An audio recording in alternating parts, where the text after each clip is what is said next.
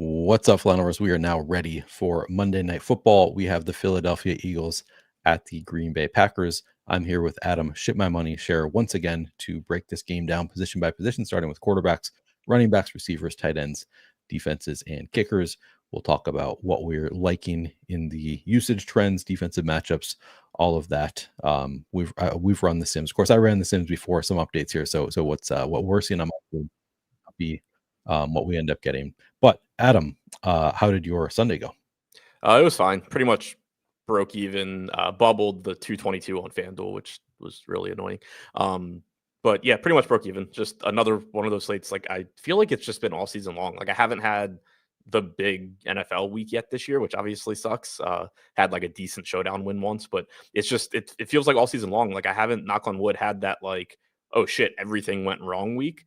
But I've had a lot of the like, oh, I have a lot of Achane, I have a lot of Henderson, I have a lot of McBride, I have a lot of, whatever. But like then I sent you one lineup, TJ Hawkinson in, this one where like everything almost comes together. So yeah, just another one of those weeks. How was it for you?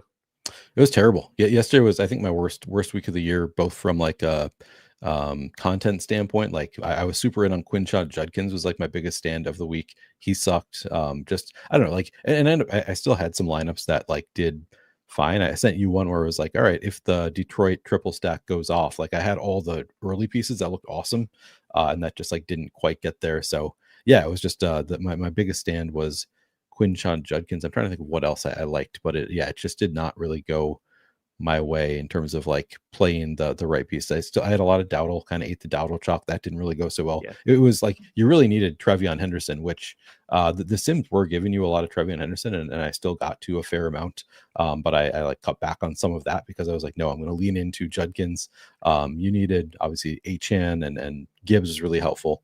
So yeah, it was after last week was frustrating, and that was like I felt like I got everything right and just like barely made money. This week was the opposite, where it was just like yeah, I'm surprised I made any money given how wrong I was about like the stands that I had. So that was not fun. Yeah, and I had sent you like my 222 lineup on FanDuel was also that Detroit like onslaught, which of course this is the week that Dan Campbell decides to like take his guys out halfway through the fourth quarter, which he never does. Right. But yeah, it was like the opposite of yours, where it had Judkins, I had punted with Tillman, it had Wan'Dale Robinson, so it was like the early pieces were just all like mediocre, and I'm just like fighting for a min cash, which I had, and then I fell back out at the very end. Yeah, it was also like I feel like everybody was on Lions mega stacks, and that like looked like it was good, but like you really needed just Gibbs and JMO, and like just the double stack. You really didn't want Amon-Ra St. Brown. Einstein says you needed Gibbs too. Yeah, I mean if you had just those three running backs, like you were, and then Trey McBride went off, which was nice, but yeah, it was nice, but it wasn't nice when Sam Laporta was like the big contrarian part of my Detroit stack. Exactly. Yeah, so it was frustrating. Hopefully we can get it back tonight, but I gotta admit, looking at this slate so far, I haven't found a ton of angles that I really love here. Like I'm really like digging because I was filling out the expert survey, and as I'm doing it and like filled out the top and then like going through my analysis, I'm like, man, I don't feel that good about my answers. Like I think they could change throughout the day. Do you have any angles that you really love in this game? We'll obviously talk about when we go position by position, but do you see any like angles that you're really into right now? Possibly. So for one, just off the top, I would say even more so than usual if you're watching the show to take player exposures with a huge grain of salt, because we don't know who's playing for the Packers. Ownership is going to change, one way or the other as a result of what we end up getting. So I would definitely not pay too much attention to that. But one thing that did stand out just when I was projecting this game is that the baseline passing projections, just in terms of like number of pass attempts, and then as a result, obviously to some extent, receiving yards for Eagles pass catchers, was just coming in higher than market. And so like it is adjusted a little bit, but I think we're still just a little bit higher on Philadelphia passing than market, which if you go and look like over their last 4 or 5 games, they've been pretty much like neutral in terms of pass rate above expectation.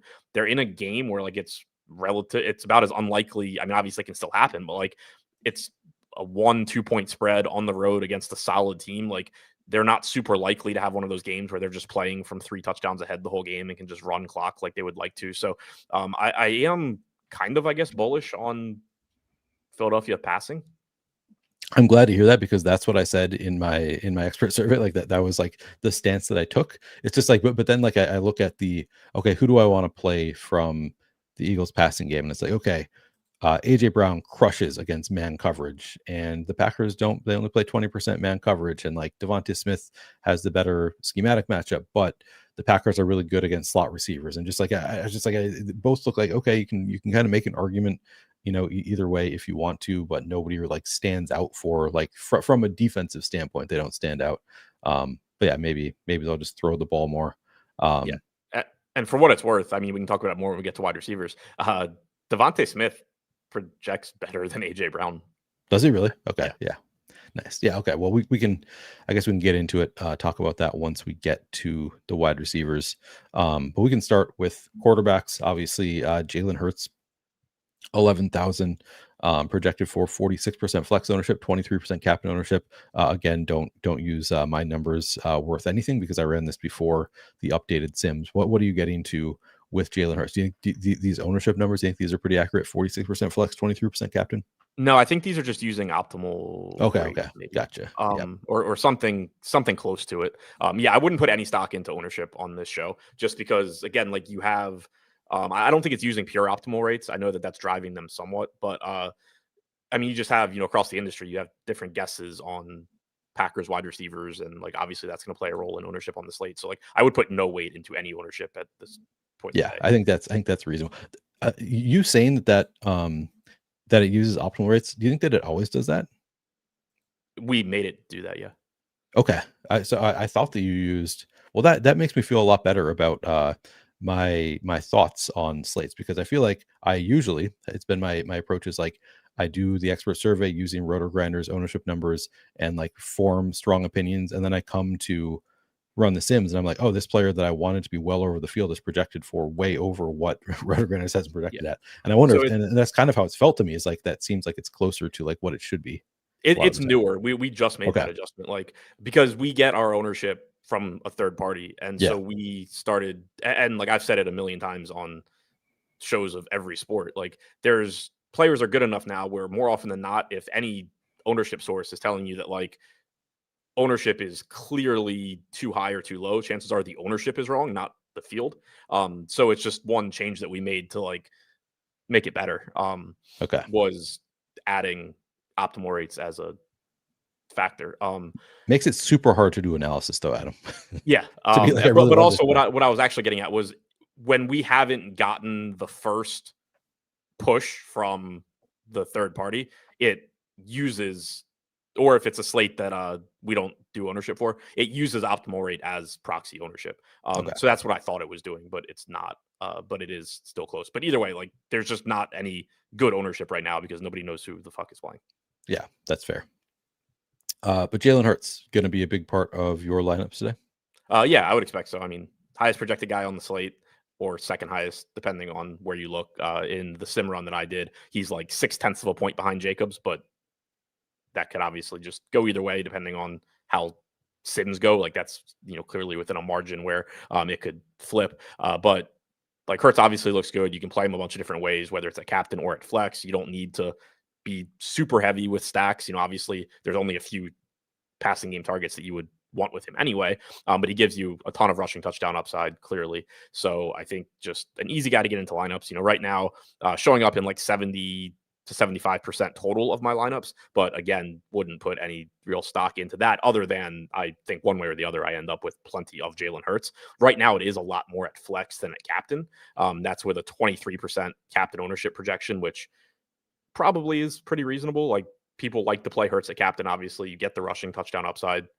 So I would expect him to get a lot of ownership there. So that's a trend that maybe does hold for me throughout the day, where like I'm just playing him a little bit more at flex, a little bit less at captain, because you do have a lot of different ways you can go at captain on this slate, even though Hurts is one of the highest projected guys. Like obviously both of the wide receivers on the Eagles are capable of monster games. Barkley's capable of a monster game. So is Jacobs. But then also you have with the Packers passing game, like you don't necessarily have the one standout receiver, but you have a bunch of reasonably priced guys that are capable of 2 touchdowns. So like there are a lot of different approaches you could take a captain and then just like throw Hurts in at flex.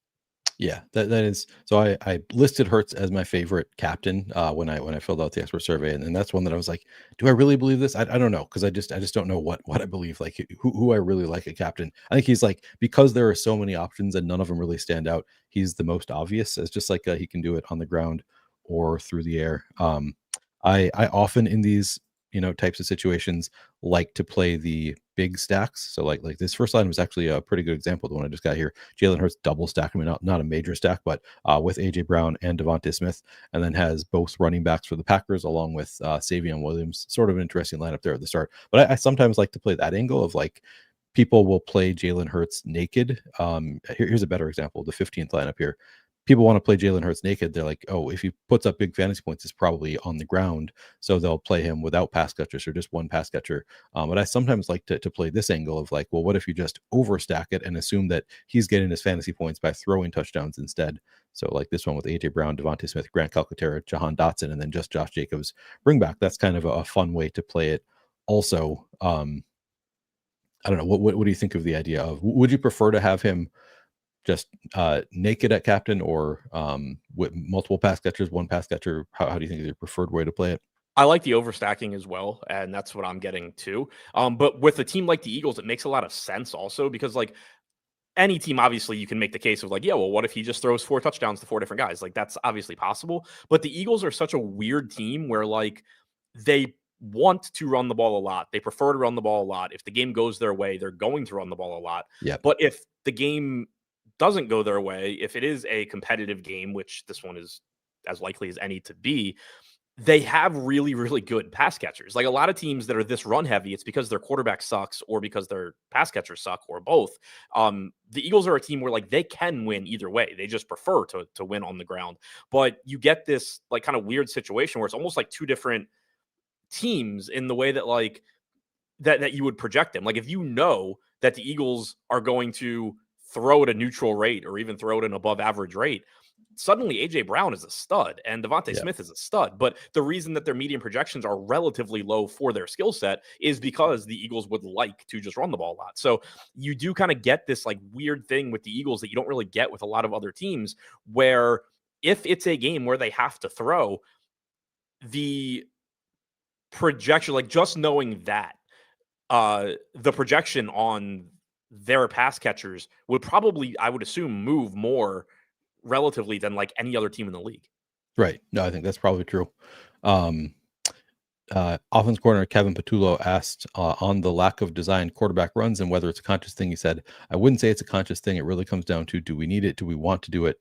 Does it present itself? The yardage down for Jalen Hurts this year, but he still has 5 rushing touchdowns in 9 games. What do you think of the Davis Maddock angle, which he wrote up in the expert I survey, don't which like I it. wish. I haven't Okay, heard yeah. it, but I don't like it. Yeah, I thought you were going to say that, but it's kind of interesting. The angle being it was the Packers who pushed for the ban of the tush push, and Davis thinks that Nick Sirianni is super petty and is going to so it's going to be Jalen Hurts scoring 4 tush push touchdowns today. What do you think of that?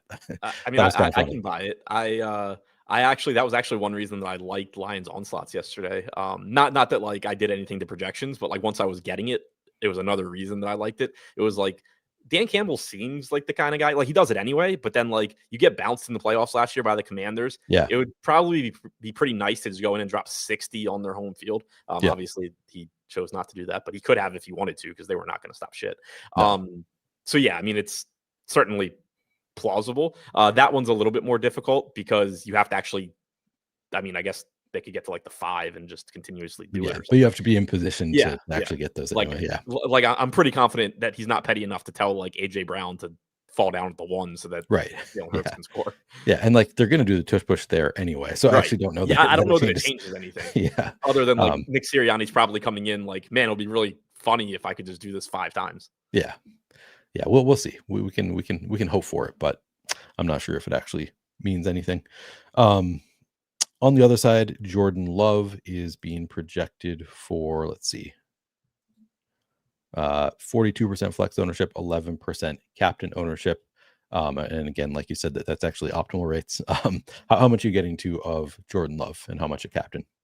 Um, Shit, wrong screen. getting around like a third of my lineup, so a little bit below the field projection right now. And he is projected to come in a little bit over owned, like 40% chance of being optimal at captain, 42% ownership, 8.5% chance of being optimal. Or sorry, 8.5% chance of being optimal at captain, 11% ownership, 49% chance of being optimal at captain, 42% ownership. So going, or sorry, 40 and 42. God, I keep looking at the wrong line. 40% chance of being optimal at captain or at flex, 42% ownership, 8% chance of being optimal at captain, 11% ownership. So like ownership is close to optimal rates, but a little bit high. And I'm getting, a little bit below the field, but nothing too crazy there. And I think like with the quarterbacks, you're probably a little bit safer to look at ownership this early in the day. Like I think it's the skill play. Like Jalen Hurts is going to be one of the top projected guys, no matter who is in or out for the Packers. Jordan Love's going to project similarly. I think it's the skill position guys where you're going to see ownership fluctuate a lot throughout the day. But with Love, you're not getting really rushing upside or rushing equity really. He is obviously a good passer and somebody that does have plenty of options. We don't know who they are yet, but plenty of options to spread it out. He is missing Tucker Kraft, which is a downgrade in general, just one of their best pass catchers. But like I think he looks fine. He's just somebody that's not like super likely to bury you. And if he does bury you, he's probably the captain. So like he's kind of like a weird guy at flex, I feel like, because he's not super expensive. Like he's $1,000 less than Hurts. He's going to spread the ball out generally. Maybe he throws 3 touchdowns to Dobbs, but generally he's going to spread the ball out. And if he has a big game, it's with multiple passing touchdowns. So like, there's obviously a lot of ways that he is he is the optimal flex. Like he puts up a good score, but not a great score. But a lot of times where like Jordan Love has the game that you have to have, he ends up falling into captain anyway. Yeah. And I assume when you have him a captain, you are having multiple pass catchers in general. That seems to be what I'm seeing here. Top Jordan Love lineup is 14th year, has Christian Watson, Josh Jacobs, Luke Musgrave, and Savion Williams all in the lineup. And as I'm scrolling down to my Jordan Love captain lineups, I suppose I could probably filter for this, but it always includes multiple pass catchers. Are you seeing the same thing? Yeah. I wouldn't want him without multiple pass catchers. Like the closest that I'm seeing that isn't is like Savion Williams, Christian Watson, which clearly that's multiple, but it's not the ones a little that shaky. generally you would want. Yeah, not the ones that you think of as pass catchers there. Yeah, Christian Watson, Josh Jacobs. Yeah. And I think generally, like, same thing. If you have him in flex, you're going to have at least one pass catcher with him. And sometimes it'll be Josh Jacobs or Savion Williams. But I think that is generally what I would expect with Jordan Love. In terms of the matchups, I don't think we have any standout matchups for the quarterbacks here in terms of schedule adjusted over the past 5 weeks. Let me see. Yeah, it's a bottom 10 matchup for Jalen Hurts, both in terms of on the ground and through the air. It's a slightly negative matchup, but pretty close to neutral. And then same thing for Jordan Love. It's actually more positive for running backs on the ground, but he doesn't run all that much. So a bit of a negative matchup for both of these quarterbacks, but close enough to neutral that I'm not going to, let it scare me off either quarterback. Any other note on these quarterbacks? No. All right, let's move on to running backs. Running backs, I think, is, it gets a little bit interesting from a like secondary running back standpoint. The starters are, pretty just obvious plays, and people are going to have them quite a bit. This is part of what makes this slate difficult. It's like, they should be owned. They're going to get ownership. Josh Jacobs, 10,600 projected for 32 and 18. How much? Looks like, man, I'm getting to a ton of Josh Jacobs. How much are you getting to of Josh Jacobs? Yeah, I'm getting to a lot also. He came out as the highest projected guy, like I said, slightly ahead of Hurts. I think you could obviously argue Hurts ahead of him. You could, walk Jacobs back a little bit. If Golden ends up being out, that is probably like an extra carry that goes to a running back. Maybe it goes to like Savion Williams or something, but that was like 2% of the rushing market share that I had to reallocate when I took Golden out this morning. And I just gave it to Jacobs. So like that bumped him a little bit, but he's kind of been, it's kind of tough to like project him too, because he's been a little bit banged up recently. And we've seen that coincide with Emmanuel Wilson getting more work. So it's kind of been like unclear. Obviously they are using Emmanuel Wilson more than they were early or in the year. But it's been like kind of some weird stuff too, where like he's been banged up, and then I think you had like one game that was kind of like not super competitive, and so like I still think Jacobs is clearly the lead back here, even if you're not going to project him for like 70% of the workload. I still have him at 63. I have Wilson getting 20 plus, so still heavily involved. It helps that you have a quarterback that doesn't run. They're not using Chris Brooks. They're not giving a third guy carries in the backfield. So like you're still expecting a heavy rushing workload for Jacobs, and also a very high rushing touchdown percentage for him, like higher than for most other teams. That was something that stood out when I was looking at just the baseline like team level projections this morning. So and you do get a couple of pass receptions for Jacobs as well. Obviously, you're not expecting him to do a lot of damage in the passing game, but usually good for picking up a couple of PPR points also. You can see this is just week 9. Jacobs played 57% of snaps, had 17 carries, plus 5 targets on 39.5% route participation. So that's promising to see the 5 targets there. Emmanuel Wilson in that game did play a third of the snaps, got 6 carries, 2 targets on 29% route participation. But as noted, like Jacobs is getting healthier, so I don't know if like the Wilson stuff is going to go away if Jacobs is healthier. I'll read off a couple bits of coach speak. On the October 30th, offense coordinator Adam Stenavich said, "What we've seen from Emmanuel Wilson has been great. He's done everything we've asked him. He's run hard. He's protected the football for the most part. He's been very productive in the pass game. He's blocked. Josh Jacobs is going to be our guy, and we're always going to try and maximize his reps for sure. But I think it's nice to have a guy like Emmanuel that could go in there and do a really good job for us. And so far, he's proven that. The biggest thing is the confidence that he plays with. When he gets the ball, you can feel him. He's running downhill. He's breaking tackles, and he's just doing a really good job making plays for us." So some positive coach speak on Savion Williams, but more recently on Emmanuel Wilson. On November 7th, head coach Matt LaFleur said, "Josh Jacobs says he feels great, so that's a big plus. We're definitely a different team when he is fully involved with our offense, and we got to make sure that he's a focal point, whether we're getting him the ball or not." So it sounds like Jacobs is healthier. He was dealing with a calf injury. So maybe they don't use as much Savion Williams with Jacobs getting healthier. But Emmanuel Wilson, like as of now, looking at his recent usage, seems to be one of the better value plays on the slate. Like we don't have a ton of great value here, and I'm getting to a lot in my first run. How much are you playing Emmanuel? And I guess these are the optimal rates that are 48% and 4%. How much are you playing Emmanuel Wilson, do you think? Yeah, I'm getting to him as well. The optimal rates are the flex rate and captain rate. The 48% is the ownership. Oh, I thought you said that you were using optimal rates for the ownership. It's in the formula for ownership. Okay. It's not. Yeah. Okay. Gotcha. But yeah, so I'm getting 24% right now at flex. I'm not getting him a captain. And my expectation is basically just what we've seen for most of the season. Like weeks 1 and 2 was just Josh Jacobs getting every single carry like he's Jonathan Taylor.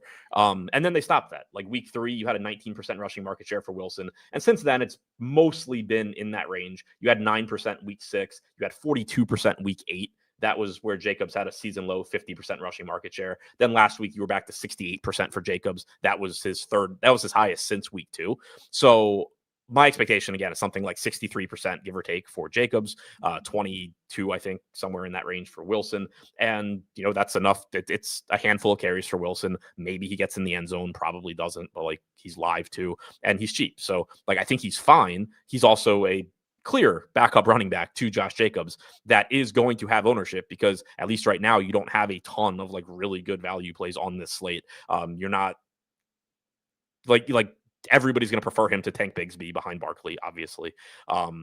So he's going to get ownership, and the chances of him having a big game are relatively low since he does have Jacobs in front of him. But he does have contingent upside. If Jacobs gets hurt, he is almost definitely just going to step into a big role. And he does have standalone value as well, where he could just get a goal line carry. He could just house one. He's going to have the ball in his hands, 5, 6, 7 times. Right. Or he could just catch 3 balls for 30 Right. yards. And it's like, all right, add in a couple carries now. It looks really good. Yeah. So looks like one of the better, maybe the best value play. I guess we'll see if we find others that we like as much. But yeah, Emmanuel Wilson looks like a strong play there. As you said, Chris Brooks not really involved. I don't think we need to go there at 2,400. Are you getting any Chris Brooks? No. Yeah, I mean, we were seeing more involvement from him earlier on in the season. He's not really even running like a ton of routes now. He ran 20% last week, which was his highest since week 2. He kind of has like fluctuated between running like 6% and like 18% of routes, but he's also not free. Like the only way, the only two paths I really see for Chris Brooks are, one, Emmanuel Wilson for some reason just gets jumped in the depth chart tonight, which I don't think is happening. There's nothing to indicate that's happening. Or two, like if Jacobs gets hurt, then Wilson becomes the clear early down back, and Brooks maybe steps in as like the third down back, but that seems really thin.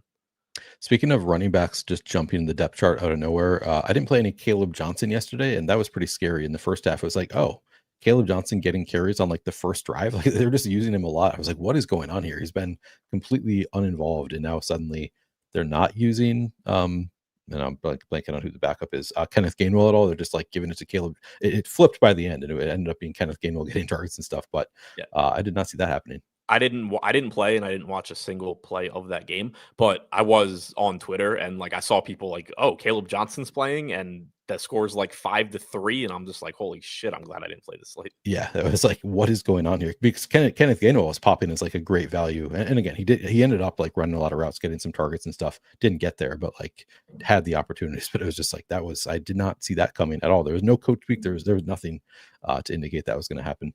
All right. On the other side, we have Saquon Barkley, 10,800, projected for 35% flex, 16% captain ownership. I got close to the field with Saquon Barkley. He was hurt before the bye, and there was a lot of people thought he was going to be missing some time, but he practiced. He's been practicing in full. Are we factoring in the injury at all? How much are you getting to of Saquon Barkley? I mean, he had his only like explosive game of the season, so I don't know. Hopefully he's still hurt. Yeah, I'm with you. I have like 16% Barkley at captain, or sorry, 12% at captain at 16% owned. I have 32% at flex at 35% owned. It's Saquon Barkley. I don't really think there's a whole lot to say here. He's going to get almost every non-Jalen Hurts carry. We've seen Tank Bigsby as the running back 2 seemingly ahead of Will Shipley, but generally not going to be super involved there. The last game before the bye, you did get 27% rushing market share for Bigsby. Obviously, you're not expecting that coming out of the bye. If I remember correctly, that was also like Barkley got banged up in game, if I remember right. Correct. Yeah. And so again, you're not expecting any sort of like actual split like that. I think you're likely getting like 8 to 10% of the carries to Bigsby / Shipley. You're getting like 60% to Barkley. You're getting some passing game work from Barkley as well, even though clearly that's not what you're expecting him to, have a huge game in, but he's going to get a little bit of work there. And then you're going to get, Hurts stealing his 1-yard touchdowns and maybe 2-yard touchdowns and getting the rest of the carries. And because Nick Sirianni's petty, maybe 3-yard touchdowns also good. What if they just like take the opening kickoff? I guess you would have to get a 6-yard run at some. I was gonna say, like, what if they take the opening kickoff and just like tush push all the way down the field, like first down run for 6 yards or something, and then they could do it. Yeah, I bet they get 2.5 yards per carry, I think, with the tush push. Yeah, what if? So yeah, Saquon, he actually had 5 targets, 63% route participation last week, so was more involved in the passing game. Yeah, he's like you said, there's nothing really more to say about Saquon. I pulled up schedule adjusted fantasy points allowed to running backs. It's a negative matchup, bottom 7 matchup for Eagles. I don't know that matters that much. Obviously, you'd prefer a good matchup, so I guess it matters in that sense. Also, a slightly negative matchup for Josh Jacobs as well. With and it was a groin injury for Saquon Barkley, which I don't know if there's like, do you re-aggravate groin injuries after you're fully healthy? I don't really know much about groin injuries, to be honest, but I guess it's possible. Regardless, maybe they give Tank Bigsby or Will Shipley more work here. Seems that Bigsby has clearly surpassed Shipley as their preferred backup. He's looked good, played well in this game. 9 carries in week 8. Didn't get a target on 4% route participation. Bigsby is, what is he, 2,800? Not going to get much ownership. Do you have interest there?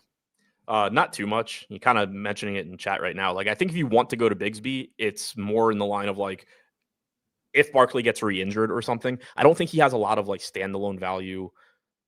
Like, because the problem with Bigsby is, well, there's a couple things. Like, if you compare him directly to Emmanuel Wilson, like, I think you can argue that if you do get like a 10-1 ownership gap or something, like, yeah, maybe Bigsby's worth it. But like the difference in their roles, I think, is one, you're expecting more carries for Wilson than for Bigsby, because I don't think Bigsby is just like taken over a quarter of the rushing share in this backfield. I think that was a one game thing.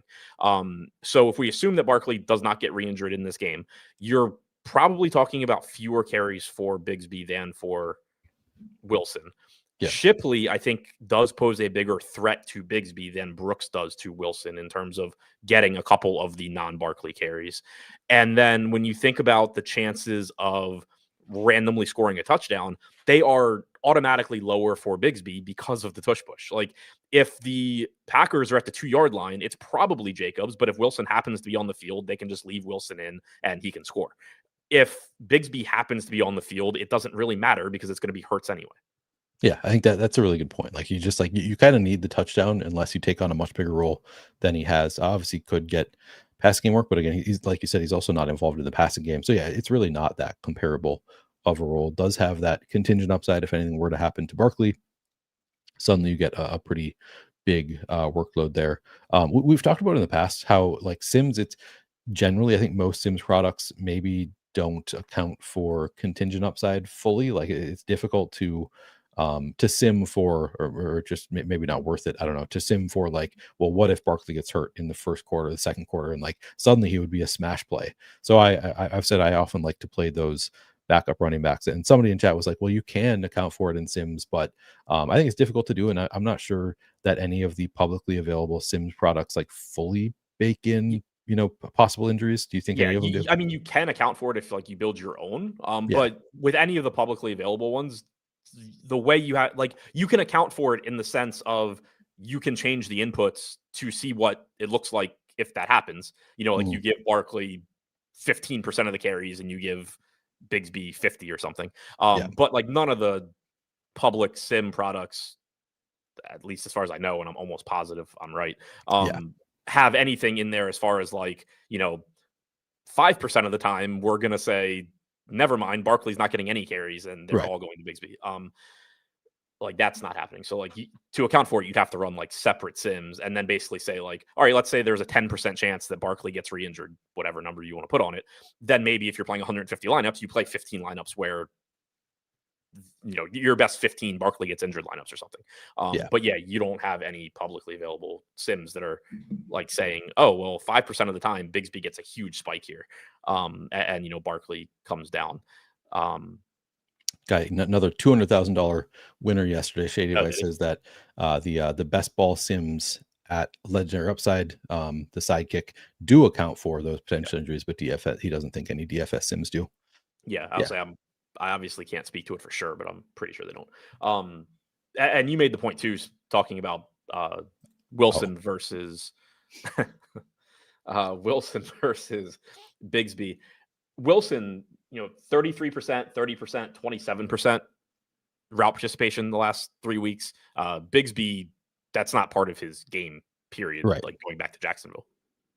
Yeah. Shady Advice. Sorry, that's a rounding error to Shady Advice, so it doesn't really matter that much. Any other running backs? Let's see. Getting back to, yeah. I mean, Will Shipley. Do you like him better than Chris Brooks? Do you have any intent to play any Will Shipley at 1,800? I don't intend to play either one. I'm trying to think like if I were to make the massive field lotto type argument for one of them, who would I prefer? I think I would prefer Shipley Yeah. because I think it's pretty clear that Brooks is behind Wilson at this point. And I think it's somewhat clear that Shipley is behind Bigsby, but like it's less clear. And also if Barkley were to get hurt, I think Bigsby at this point is ahead of Shipley. Like that's what we saw, before the bye. But like I'm less sure that he is than I am that Wilson's ahead of Brooks. So yeah, I mean, I think that between the two, also Shipley's a little bit cheaper. So between the two, I'd probably prefer Shipley. But they're both the same, like hope a lot of weird shit happens for them to matter at all. Yeah. Like play. I think that I think that Will Shipley is also like more likely to break off a long run with like if he gets 3 carries, like he's I think like more likely to get a 50-yard carry if he breaks one off. I could be wrong about that. I guess I would have to look into Chris Brooks's explosive run rate a little bit more. I just know that I've seen it from Will Shipley. So at least in my mind, he seems more likely to just like unlimited opportunities break one off. Also, he's the kick returner. Yeah. So there's, the possible 6 points there. Okay. I think no other notes on running backs. We can move on to wide receivers, which again, this is a tough one for me to break down the wide receivers. We can start with the Eagle side, which is, a little bit more straightforward. We've got the 2 alphas, and then Jahan Dotson is out there. Devonta Smith is 9,000, AJ Brown 9,200. Smith projected for 25% flex ownership, 4% captain ownership. Man, I'm getting to a ton of Devonta Smith. AJ Brown projected for 22 and 8. I'm getting a lot less, 24% and 6% for me. Are you seeing the same thing, getting to a lot more Devonta Smith than AJ Brown? Yeah. I mean, it's interesting because like they're the same price basically. Brown's $200 more. But we've just seen Smith take a step forward this year. Like, not to say that AJ Brown doesn't have a high ceiling, he obviously does. But AJ Brown this year, 0.23 targets per route run. Devonta Smith, 0.23 targets per route run. 2.37 yards per route run for Smith compared to 1.83 for Brown. Similar ownership projections. That is interesting to me. Like, I would have assumed, and maybe we'll get them. Again, I'm not putting much stock in ownership right now, but like, I would assume that you get more ownership going to Brown than Smith, just because there's this perception that AJ Brown is the wide receiver 1 and Devonta Smith is the wide receiver 2, when I think they're kind of just both wide receiver 1s. And we've seen Smith just be more productive this year. So I do prefer Smith. Like, looking at some other sites, they're projected very similarly. I mentioned it earlier, we actually have Smith slightly ahead of Brown, at least right now. That's something that I'll certainly look closer at between now and lock to make sure, I'm comfortable going in with that. But one way or the other, like at worst, I think they project very, very similarly. So I would want to pay attention to ownership. And right now we have similar flex ownership, but we do have twice as much captain ownership going to Brown as to Smith. And, again, I don't like, you can make the case of like AJ Brown kind of being boom or bust, but Smith also has that ceiling. It's not like Devonta Smith is always going to catch like 5 for 60 and AJ Brown's going to catch 1 for 10 or 10 for 200 or something. Right. It's not like you have different distributions for them. Devonta Smith has a very high ceiling as well. So I do like Devonta Smith a lot. Yeah. So this is a tough one for me from a wide receiver coverage. And this is just this year. It looks like it's better for, I think, AJ Brown. No, Devonta Smith. Better in terms of the coverage grade matchup for Devonta Smith than AJ Brown, and I think that would carry over for last year also, because they don't play a ton of man coverage. AJ Brown crushes against man coverage, but interesting to see. But from this standpoint, better for Devonta Smith. From a schedule adjusted fantasy points allowed standpoint, it's a really tough slot matchup. Let's see, it's the second worst slot matchup for receivers against Green Bay.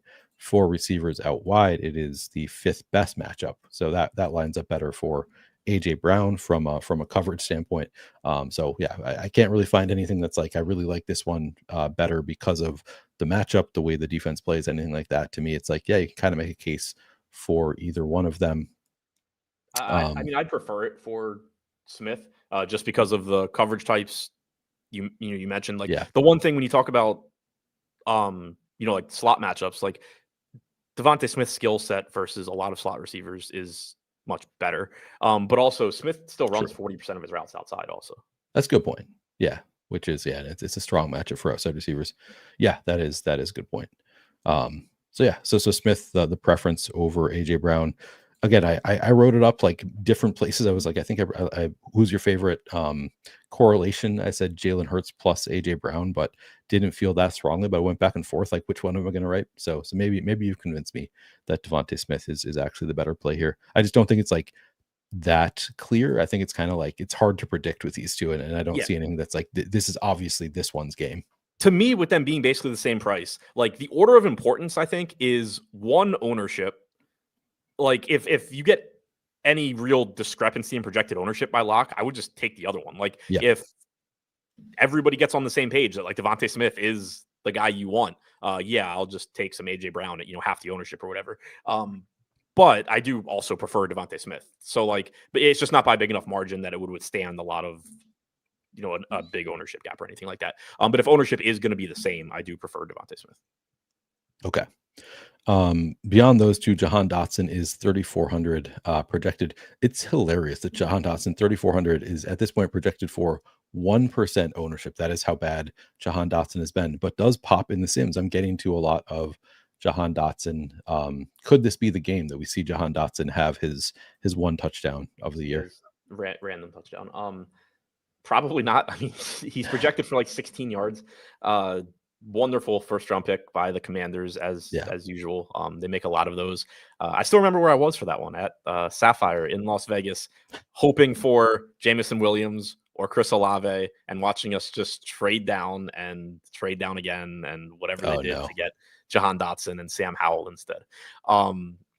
Yeah, I mean, he's going to be on the field a bunch. He ran like 70-ish%.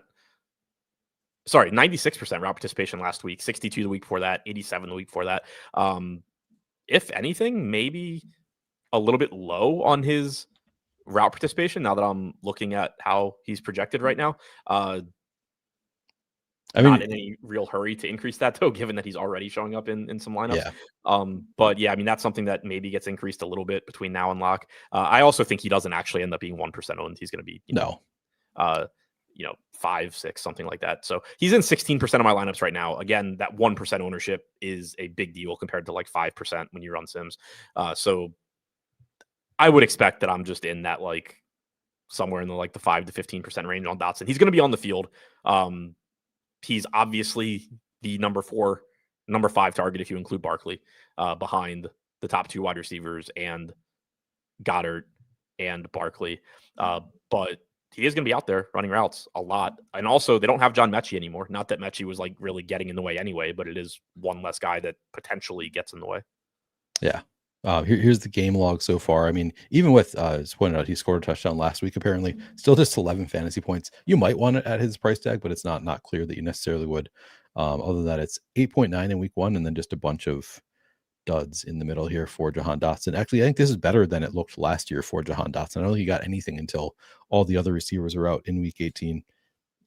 Yeah, I think it's fine. Like you can just hope for that one touchdown. Like he's at least running routes. Yeah. Also, the 96% last week, I forgot AJ Brown was out, but even like the last 3 games with Brown in, 62%, 87%, 73%. Clearly the 3. Yeah. Yeah, and I guess that is also worth noting. That was AJ Brown was out in this game that he put up 11. That was the same thing in week 18 last year. That was the one game that we got from, I think, the only game that we got from Jahan Dotson. So it seems like he can score fantasy points when AJ Brown is out, and we haven't really seen it in games with AJ Brown in so far. Yeah, it got 16.4. Yeah, and also, like, I'm looking closer now. So I was really confused when I first looked. I was like, why did I only have him running like 70% of routes when he's been running so much? But I see what I was looking at when I initially did that. So the Eagles, you had Brown out last week, but then the 2 weeks prior to that, you had Calcaterra out. Calcaterra got hurt 3 weeks back. The last game that you had AJ Brown and Calcaterra in, Calcaterra ran 31% of routes. Dotson came in at 63%. Brown and Smith ran basically every route. So you do get, the ability for more 2 tight end sets now, where like you have Goddard running in the slot, you have Smith and Brown outside, you have Dotson watching from the sidelines where he belongs. So like he is probably going to land somewhere in that like 70-ish% route participation range. Yeah. Yep. And you can see, the trends here at fantasy points. Again, if you use these numbers, Adam's using, I think, PFF. Route participation, the fantasy points numbers, I think, tend to be a little bit lower because they don't count as many things as being routes. But you're going to see the same trends in general. Jahan Dotson running an actual route, Jahan Dotson pass blocking or run blocking. It's the same thing. Yeah, exactly. Yeah. If he's on the field, he's doing nothing. All right. So outside of those 3, we've got Darius Cooper, Xavier Gibson. I actually got it looks like a share of Darius Cooper at 200. You get into any of either of those? Probably not. The bull is too strong of a word, but the bull case for either of these guys is John Mechie being gone. Like maybe one of them gets a little bit bigger role, but John Mechie didn't have a role. Like Mechie ran 22% of routes last week with Brown out, but prior to that, he was 3, 4, 5%. So like, yeah, maybe Darius Cooper or Xavier Gibson runs 3 or 4% instead of 0%. But it's really hard to find out where any actual production is coming from for either of those guys. Mechie not showing up when I search Eagles here, which surprises me. That's not Eagles. I know, but like, because they like if I search his name, it'll show both the teams he was on. I think it would be helpful just for like maybe I'll give them that feedback. I think it's helpful to actually be able to see it. But yeah, I guess that there is that case. Yeah, like Darius Cooper did run a third of the routes last week with AJ Brown out, but had not run a route since week 3 prior to that. So it's thin. Okay. On the other side, the Packers kind of a mess because we have Dontavian Wicks is questionable. We have Matthew Golden is questionable. And I think the way it's being projected around the industry is that Dontavian Wicks may be closer to probable, Matthew Golden closer to doubtful because he didn't participate in practice on Friday. But we don't really know how this is going to play out. So this is something that we're going to have to keep an eye on who actually plays for the Packers today. But Romeo Doubs, we know, is going to play. And he's going to get ownership, 8,000 salary, projected for 37% flex ownership, 8% captain ownership. Using those numbers, I'm well under the field. Are you seeing the same thing? Yeah, and I'm a little surprised because like he's going to run a lot of routes. He had like 93% route participation last week. He's averaging like 86 for the season. He's kind of like the most constant thing in this passing game, I think. And we do know that they like to use him around the goal line as well. Again, I mentioned it with Jacobs earlier. We do have a very high rushing touchdown percentage for the Packers here. So that is, going to take away from a Dobbs projection at least a little bit. And he, his salary has come up too as a result of probably unsustainable touchdown production at times. So that's, something that generally is going to, you kind of get the combination of like island game people just think about Dobbs scoring touchdown after touchdown after touchdown, but like that's actually sort of a negative when like so much of your production is coming from catching the ball in the end zone. Yeah. So like at 8K, I do think being a little bit under the field is fine. I have 17% at flex right now. I have 5% at captain. If I go into the slate with those numbers, that's perfectly fine to me. Like I'm not dead if Romeo Doubs has a good game. He is the highest projected wide receiver on Green Bay. I don't think you can really argue with that too much. And I think that's the case whether Golden is in or out. But it is just kind of like still flat projections mostly where when you consider standard deviation and wide receiver scoring and all of that, like Wicks can obviously beat Dobbs. Watson can certainly beat Dobbs. Musgrave can beat Dobbs. Anybody can beat Dobbs.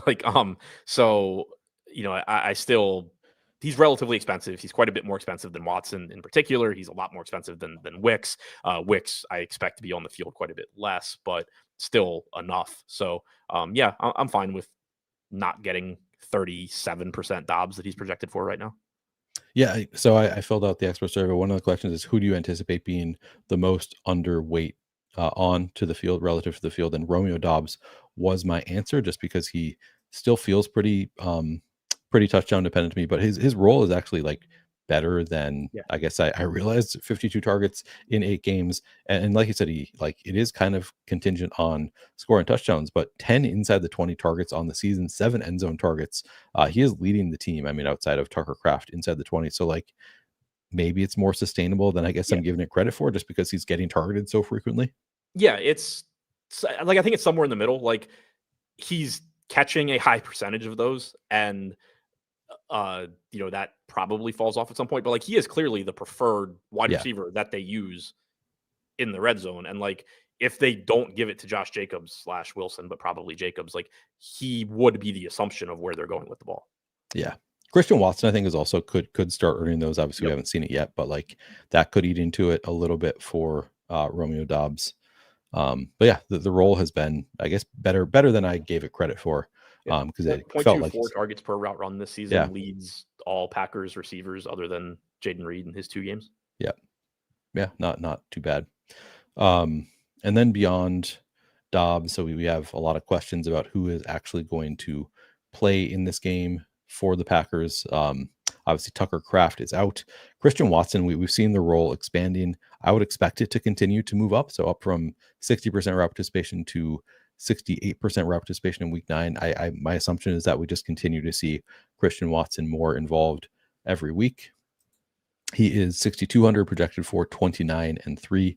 I got to 24-8, so overweight at captain by more than double. A little bit underweight in the flex. That makes sense to me for Christian Watson. I think he's a relatively strong play at 6,200. Do you agree?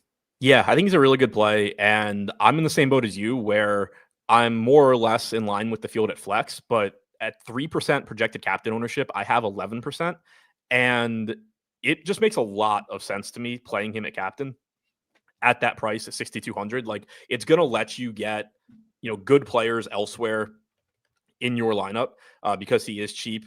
Like, looking at top lineups where I have him at captain, getting to like Love Jacobs Barkley, getting to Love Smith Brown, stuff like that. Hurts, Devontae Smith, Love, like high projected players elsewhere in the lineup. But you have a lot of things I think going for him where, like we were talking about with Dobbs, where not that like 8K is an egregious price for him or anything like that, but it's probably a little high, especially when you only have like 9K to AJ Brown and Devontae Smith roughly.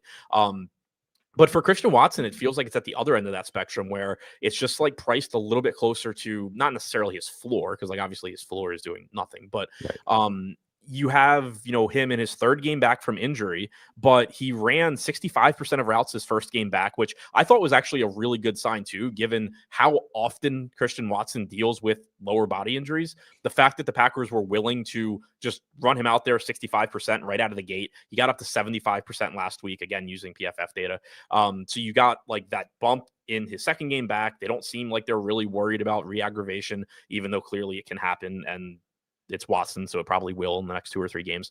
But I think it's reasonable to expect that, like, especially if Golden's out too, maybe he gets to like 85% here. I don't think that's necessarily the projection. Like I have him at 80%, a slight bump over last week. 75 certainly would be reasonable too. But like he's also a big play guy. So he's somebody that maybe is on the field even more this week than he was last week. But even if it's still 75% and it's similar to what it was last week, he's somebody that they're going to look to make plays down the field. He does have a very good quarterback in Jordan Love. He does give you, you mentioned it with Dobbs, where maybe you start getting some of that goal line, red zone work for Watson that was all going to Dobbs. Not that it completely disappears for Dobbs, but like Watson is a big bodied guy they can use around the goal line. Maybe you get some of that. Like he's somebody where he's cheap enough that he could just get there and be a good play just on, a normal catches, 4 or 5 passes. Like we haven't projected for 56 yards, only 3 catches. So like that's part of the reason that he's going to project behind Dobbs is you're expecting more catches for Dobbs. But when Watson does catch it, he's getting more yards per catch you expect. But he's cheap enough where like if he just catches 3 for 55, like that's solid production for the price tag on a 1-game slate. But he also, from a captain standpoint, is somebody that is relatively likely to catch that 50, 60-yard touchdown, to catch a 5-yard touchdown. Like there's just so many ways for Watson to have a relatively big game relative to his salary.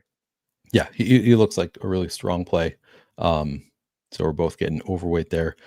Do we want to talk about Matthew Golden? Like he's 6,400. We expect him not to play, but I don't think he would cut into my interest in Watson at all. I think that Watson like had surpassed Matthew Golden anyway, but would he cut into your Watson interest much, and how much interest you have in playing Matthew Golden?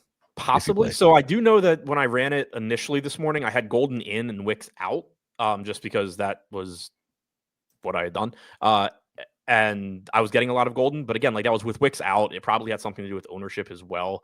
If they're all in, like if Wicks is in and Golden is in, then it becomes dicey because like we don't know what that actually looks like. We haven't had Wicks and Watson both in yet. My guess is that Wicks would be the wide receiver 4 behind both Golden and Watson, and you would probably be getting something like 70-ish% route participation for Golden, probably like 70-ish, 75-ish for Watson, and Dobbs probably actually loses a little bit there as well, just to make numbers work. But Yep.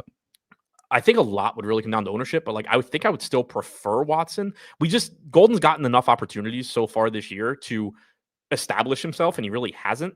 He's somebody that can make big plays. Like he's athletic, and I mentioned earlier, like they'll give him handoffs here and there and, look to get the ball in his hands. But like, he had plenty of time to make it so when Christian Watson came back, it was Christian Watson fighting to get on the field. And he just didn't do that. He hasn't produced that much. And I assume that I would still prefer Watson at this point.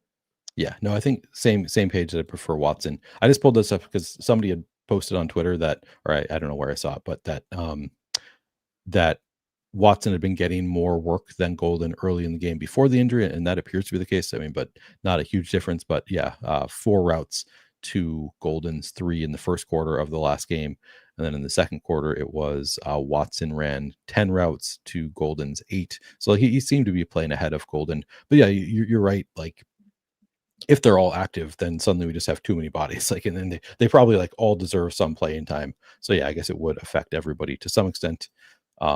But yeah, we're anticipating Golden being out. As you and I discussed earlier, we don't really need to get into it too much because they will tell us. We will know. We'll get those inactives later. So I'll be breaking that down again tonight after we get inactives, what we're doing with the Packers receivers. But also, we're point being made in chat, like outside wide receivers have had more success against Philly than slot receivers. And in a case like this, like, I care about that a little bit more because like when you bring it up for Philly, like, yeah, it's still a thing, but like, I don't really care, no disrespect to like Zacchaeus, but like, I don't care when we're talking about Devontae Smith. I don't care what Olamide Zacchaeus has done against like defense. Matthew Golden, though, I think is more at this point in his career, like average. Yeah, exactly. Not to say he'll never be good, but at this point, like, if and obviously in the case of the Eagles, like, you have name value that you can attach to why guys don't do well in the slot against them. But also, like, yeah, I'm gonna assume that, like, if the average person is bad or doesn't produce in the slot, like, Matthew Golden's probably not the guy that breaks that. Yeah, no, I think that is a fair assessment that Matthew Golden probably does not break it there. Especially with the Packers too. Like, you have, and this is another difference between like the Packers and the Eagles. Like, with the Packers, if Golden has a tough matchup, they're just going to look to throw it to one of their other 800 guys that they throw the ball to. For the Eagles, like, I don't really care who is guarding Devontae Smith. I don't think they're going to look to Jahan Dotson. Right. Yeah, no, I think that is a good point. I'm just pulling up I want to see who runs the slot if Golden is out. Okay, so it would be Wicks, you think, just running the slot. Yep. That looks right. So then does that limit your interest in Wicks also? Wicks is 4,400. If Golden is out, we would expect him to be the wide receiver, I guess the slot receiver here. And you probably get most of the slot work. If Golden is out, he's 4,400. How much interest do you have in Dontayvion Wicks? I'm surprised I only got to 5% right now. That's with him projected at 28% ownership. So like, it is with a very healthy ownership number there. I projected him to run like 60% of routes. Kind of a guessing game there. And, does depend on Savion Williams' health as well. Does depend on, obviously, Golden's health. But I do think that he would be behind Watson and Dobbs in the pecking order as far as getting targets. You do still have, even though Kraft is out, you do have Musgrave that can earn targets as well. So like Wicks at 4,400, I do think he's a little bit cheap relative to like his upside. He's somebody we know can make big plays, but it is a tough matchup for him. You do have him, banged up, even though it seems like he's likely to play. So I'm not getting to too much right now. I do prefer Watson. I have more Dobbs even at 8K. But yeah, he is, I would expect him to get the bulk of the slot routes. I would expect him to run fewer routes than Watson and Dobbs, but more than any other receiver on the Packers. Yep. Okay, that makes sense. But then I'm getting to a ton of Savion Williams is 2,000 projected for 7% flex ownership. I'm getting to 26% Savion Williams. Are you also getting to a lot of Savion Williams? Yeah, I am.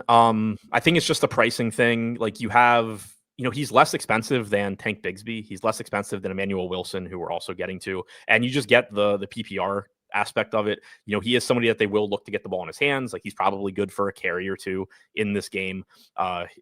He's cheap. He is, if we assume that Golden is out, and this, I do think this is important. Like, if Golden is in and Wicks is in and you have Watson back, like, now Savion Williams has probably fallen back to like a $600 or 1K type guy. But if we assume that at least one of Wicks / Golden. Yeah, thanks. Golden is out. Like, you're getting some slot routes for Savion Williams. You're getting the opportunity for him to just, catch a screen pass here or there, get the ball in his hands, get a point each time that he gets it. So, yeah, at that price, I do think that he, as long as Golden or Wicks is out, is a pretty good value play. Malik Heath ran 32% of the routes last week with Wicks out. He's 3,000. Seems a little thin. I'm not getting to any Malik Heath right now, but at 1% ownership, do you have any interest there? I don't have him. To me, the big difference between like Malik Heath and Williams is if Golden is out, I think that they're likely to run similar routes. Like, I actually have Heath running more routes than Williams. Last week, you got 40% route participation for Heath. He's actually run at least 35% in 3 of the last 4 weeks. He's averaging about 25% for the season, where Williams is at 11. The big difference is everything I was just saying about, like, the Packers will look to get the ball in Savion Williams' hands. When you're talking about 2 guys that are not going to run, a ton of routes, they're not going to get a lot of opportunities to go out there and get open. You're going to prefer the guy that they're scheming the ball to when he's on the field. So far this season, 0.22 targets per route run for Savion Williams. He's only run 32 routes in 8 games. He's been targeted 7 times. Malik Heath has run double the routes, 66 routes, and has 1 less target than Savion Williams, 0.09 targets per route run. To put that in context, John Fitzpatrick has been targeted more frequently when he's on the field than Malik Heath. So that's kind of with Heath, like, you're looking at it as, okay, he's probably going to be on the field for, let's say, a third of dropbacks for Jordan Love. Maybe they'll throw like 1 deep ball to him or something. And yeah, if he catches it and houses it, then great. But that's clearly not super likely to happen. He's also not popular. So, like, in your large field lotto, like, you can make that case. But I don't, even though they run a similar number of routes and Heath probably runs more, I still prefer Williams just because, like, he's very likely to have more productive routes as far as the Packers actually looking to get him the ball. Yeah, I think that makes a lot of sense. I think that's all we've got at wide receiver. Do you have anything else?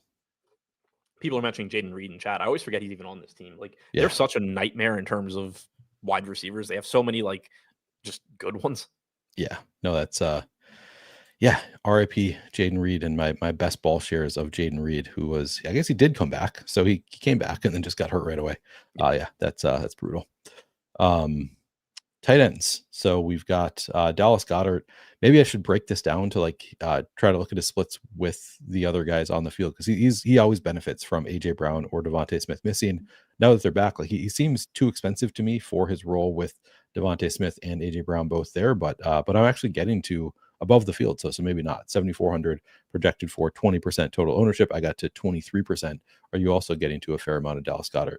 Yeah, I have 19% at flex, 3 at captain, and like, I agree that he's probably a little overpriced for his median with those guys back. Also, you have Calcaterra back, which maybe lowers the route participation for Goddard slightly, although I don't think it'll be that much.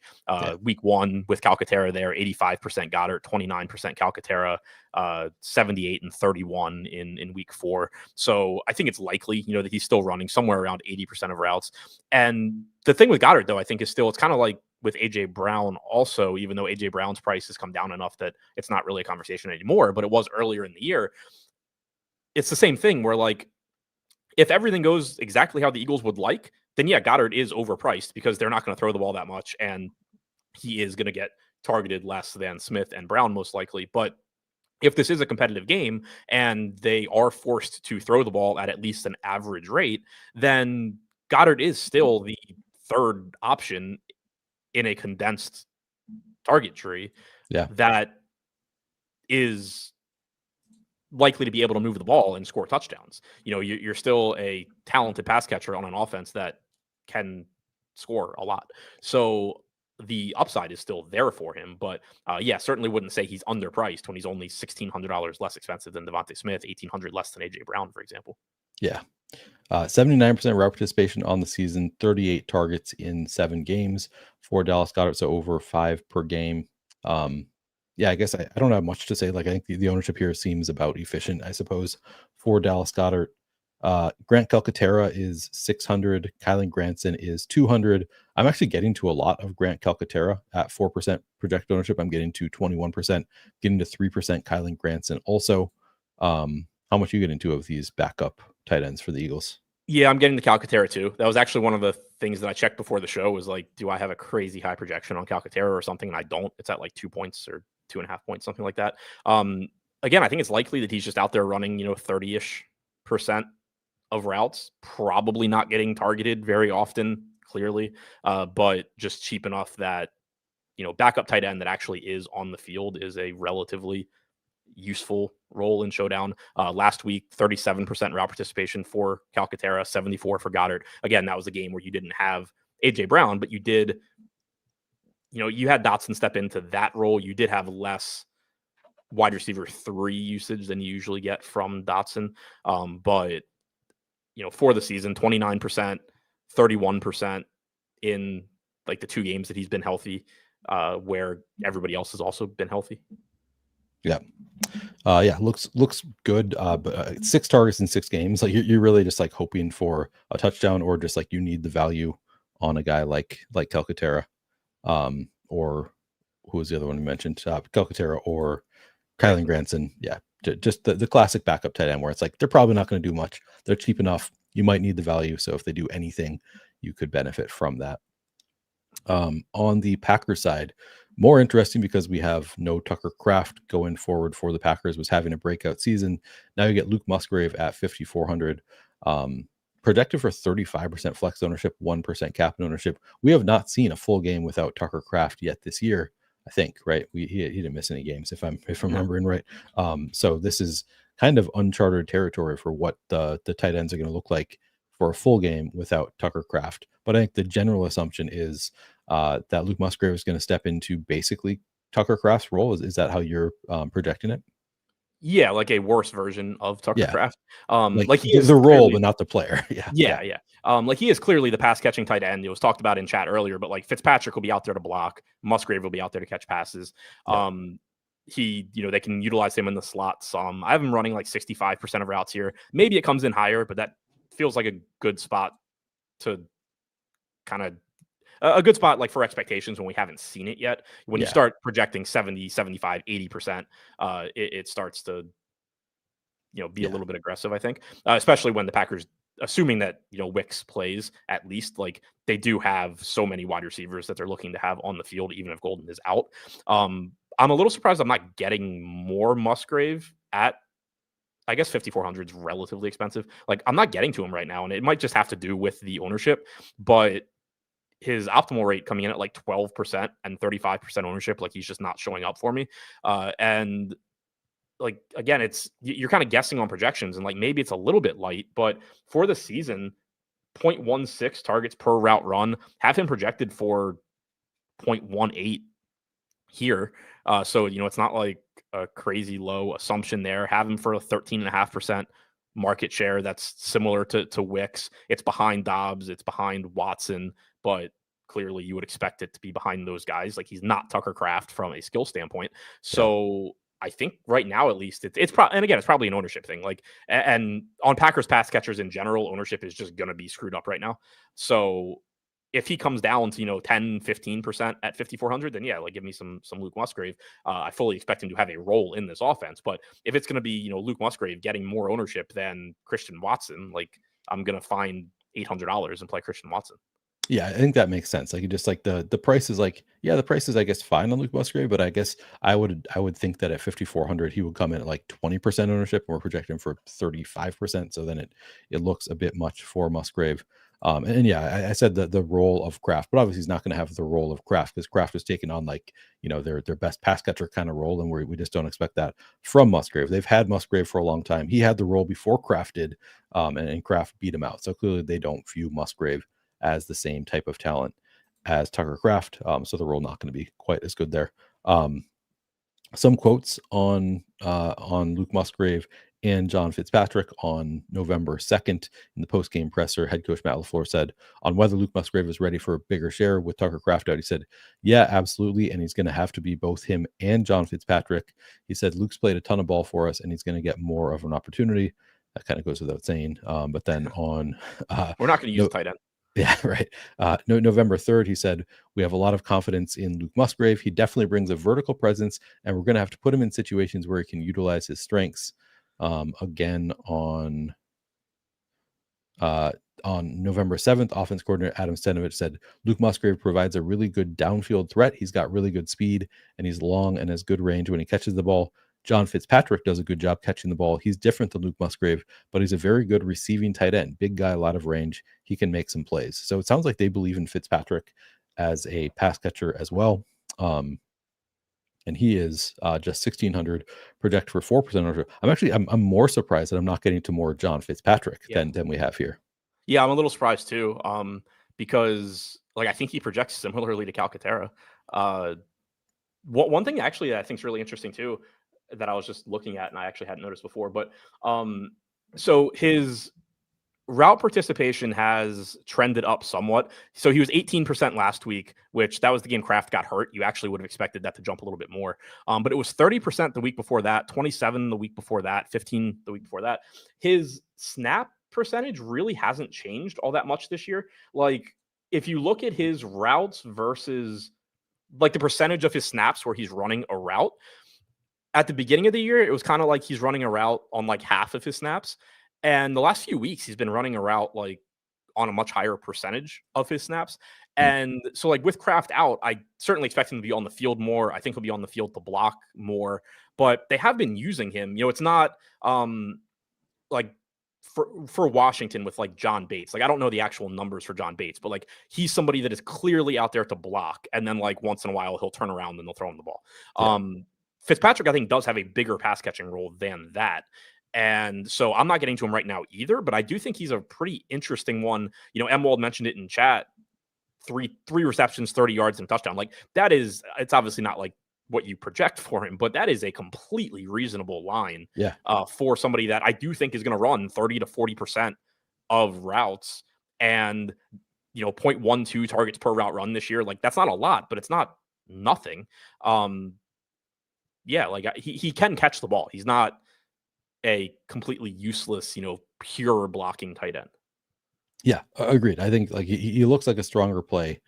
So he's somebody that I would probably force into more of my lineups that I'm getting to right now. If I'm still getting this at lock, obviously a lot can change between now and then. But I think in general, like I'm going to push up these Green Bay tight ends a bit more than I have right now, which didn't work so well yesterday when I pushed up the Steelers passing game. So, you know, maybe you don't want to put your thumb on the scale so much, but this one, like you can conceivably see, like there's a wide range of outcomes in how this plays out. So I think it's a better situation to put your thumb on the scale if you want more of a certain angle. Yeah, like this is one where, and this is, I don't know, it's kind of been my contention with like Sims in general. I was actually talking about this earlier with Josh talking about basketball, but like, so Calcaterra projects at least when I ran my stuff, Calcaterra projected slightly ahead of Fitzpatrick. I think that it comes out even closer to that by the time I'm done like messing with stuff. But you have $1,000 price difference between them, and you're just going to get lineups that project better when they have the same projection and you save $1,000 to Calcaterra.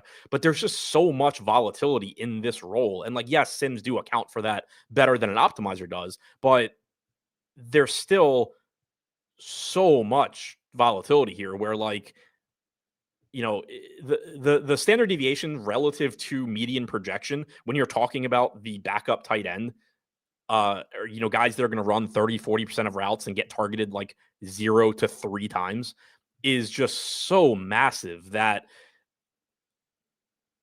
it's, especially if you're going to get an ownership difference as well, like I want Fitzpatrick in some of those Calcaterra lineups. Yeah, I think that makes a lot of sense. Yeah, tons of volatility with these backup tight ends that are like kind of binary, like not entirely binary, but like pretty close to like, yeah, he's either just going to not catch a ball or he's going to catch a ball. And like often with the backup tight end, it's also like when they do get targeted, it's in the end zone. Like they use them specifically for those end zone targets. So and Emwald just made the point too. Like in the case of Fitzpatrick, it's not necessarily that they're bringing him in at the goal line with the intention of throwing him the ball, but he's absolutely going to be on the field at the goal line as part of their like bigger units. And if they happen to run play action with the bigger unit on the field, he's in the end zone to catch like as an option. Yeah. As far as the matchup goes, not a particularly great one for tight ends here. It is the 4th worst matchup, schedule adjusted over the past 5 weeks. Not a great matchup for Dallas Goedert either. It's a bottom 10 matchup, looks like, over the past 5 weeks in terms of schedule adjusted. Any other tight end notes? No. All right, defenses and kickers. Oh, Oh, and also, I mean, I guess I'll throw this out there just as something for people to think about too. Like we obviously have made the Calcaterra Fitzpatrick like comparison. There's clearly more volatility and uncertainty. Like Fitzpatrick could just play over Musgrove. Like right. Calcaterra's never playing over Goddard. Yeah, no, that is a good point. We don't really know what the roles are going to be there. It would still be surprising if Yeah. if he's playing over Musgrave, but like not as shocking because Dallas Goedert is like an established, really good tight end, whereas Musgrave is like they've tried him, didn't really work out like to the extent it did with Tucker Craft. So yeah, could Or even if you got a split, like right. if That's massive. Musgrave Yeah, runs 40%, or they both run 45% or 50% or something, like that's not what we're expecting. And it would be surprising, but it wouldn't be nearly as surprising as if Calcaterra and Goddard split. yeah, yeah. Input volatility there for sure. I pulled up kickers and defenses, but before we say this, I do want to remind people that you can now get 50% off your first payment on any NFL product at Run the Sims with promo code Neil. That is a new thing as of just a few days ago, that 50% discount. So highly recommend checking out Run the Sims. Now is the time to do so if you haven't already done so. I know Einstein said that he won't use my promo code because I'm a Vikings fan, but maybe some of you can take pity on me because I'm a Vikings fan and use my promo code to get that 50% off benefit. Or you can Both take of pity us. on me as a Commanders fan and pay full price. And that is, I mean, I guess you did lose your quarterback also, but using my discount, you also get a discount yourself. So it's like you benefit two people instead of just benefiting Adam. Okay. Defenses and kickers. We have Brandon McManus at 4,800 projected for 29% flex, 1% captain. I got to 40% flex, 1% captain there. Jake Elliott, 5,000 projected for 25 and 1. I got to 21 in the flex, none at captain. Packers defense, 4,000 projected for 18% flex. I got to 16 and 2. Eagles, 3,800 projected for 13. I got to 19 and 2 at captain. Do you have any takes on defense kickers, Adam? Nope. Very, very flat at defense in particular. I have more McManus than Elliott at kicker, but I have 20 to 40% of both. McManus is $200 less. I think they're very comparable. I don't have anything really interesting to say about any of it. Me neither, which is, typical for defense kickers. I want to have some. I want usually a lot of the time I want to be over the field, but I want to have pretty flat exposures. Which is I don't know if that's lazy analysis, Adam. Like I'm just like maybe it's like I just don't like I don't want to look into kickers and defenses. Sometimes I will, like if I feel strongly about like you can attack this quarterback, then sometimes I'll be like, yeah, I want more of that defense. But I don't really have a strong opinion on these ones today. The only time I really do it, like I don't do a whole lot of putting my thumb on the scale in any sport, but football either. But then like especially for like defenses and stuff. But it's something like if I know that it's just naturally not going to be factored into the projections enough, like if you have Philadelphia missing all 5 of their starting line or something, Right. then it's like, okay, yeah, I should probably make sure that I'm getting a little bit of an increased projection on like the Packers or something. But outside of stuff like that, it's not something that I'm taking, taking stands on outside of whatever I get. Yeah. And or like a quarterback who throws a lot of interceptions or gets sacked a lot. Sometimes I will, but like usually the field will also just play a lot more of that defense too. So yeah. Right. Cause like that's something, interception rate is baked into the projection. Sack rate is baked into the projection. So like the field's going to get more anyway. Yeah. Yeah. So no real takes here. Even exposures looks good to me, already getting to about what I would want. All right. Anything else, Adam, before we get out of here? Nope. Please do like the video and subscribe to the channel if you haven't already done so. Trying to get to 6,000 by the end of the NFL season. Getting closer, but could use your support to push me up to 6,000 subscribers on the channel. And again, use that promo code Neil to get 15% off if you want to check out Run the Sims. I will be demonstrating, I'll be making my lineups using Run the Sims on the stream tonight. So you can find me after inactives come out tonight. I'll be doing a stream before lock for Monday Night Football as well. All right. Thanks, everybody. Good luck tonight, and I'll see you later.